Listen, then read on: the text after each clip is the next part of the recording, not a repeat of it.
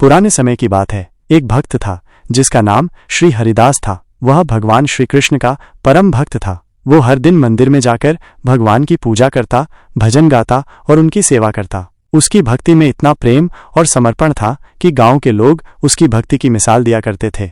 भगवान अपने भक्त की भक्ति की परीक्षा अवश्य लेते हैं। एक दिन भगवान श्री कृष्ण एक साधु के वेश में हरिदास के पास आए और बोले, भक्त, क्या तुम सच में मुझसे प्रेम करते हो? हरिदास ने श्रद्धा से सिर झुका दिया और कहा, प्रभु, मेरे लिए तो आप ही सब कुछ हैं। मेरी आत्मा, मेरा जीवन, मेरी सांसें, सब कुछ आपके हैं। भगवान ने साधु रूप में फिर पूछा, अगर मैं तुम्हारी भक्ति की परीक्षा लूं तो? हरिदास ने मुस्कुराते हुए कहा, प्रभु, ये जीवन भी आपका है, जो चाहे परीक्षा लें। भगवान ने साधु रूप में कहा, अगर तुम्हारी भक्ति सच्ची है तो तुम अपना मांस काटकर मेरे तराजू पर चढ़ाओ। मैं देखना चाहता हूं कि तुम्हारा प्रेम कितना गहरा है।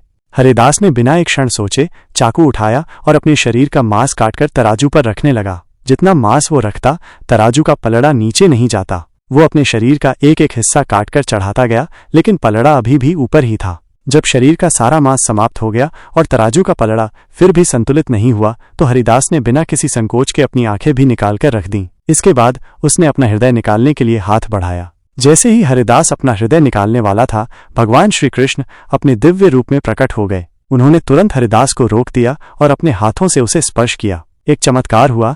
हरिदास का पूरा शरीर पहले से भी सुंदर और तेजस्वी हो गया। भगवान ने मुस्कुराकर कहा, वत्स, तेरी भक्ति ने मुझे प्रसन्न कर दिया। मैं तुझसे अति प्रसन्न हूँ। तुझे किसी परीक्षा की आवश्यकता नहीं, क्योंकि तू साक्षात प्रेम और समर्पण का स्वरूप है। अब तू मेरे धाम चलेगा, जहाँ अनंत प्रेम और आनंद है। हरिदास ने आनंद और भाव विभोर होकर श्रीकृष्ण के चरण पकड़ लिए। उसी क्षण हरिदास ने अपना नश्वर शरीर त्याग दिया और श्रीकृष्ण के धाम को प्राप्त हो गया।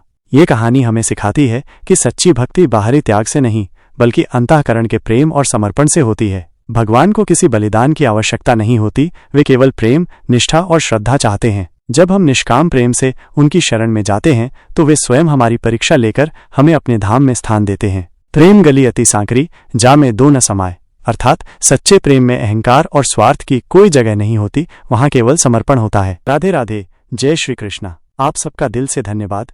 आप सबका मोहमाया प्रभु की माया में स्वागत है।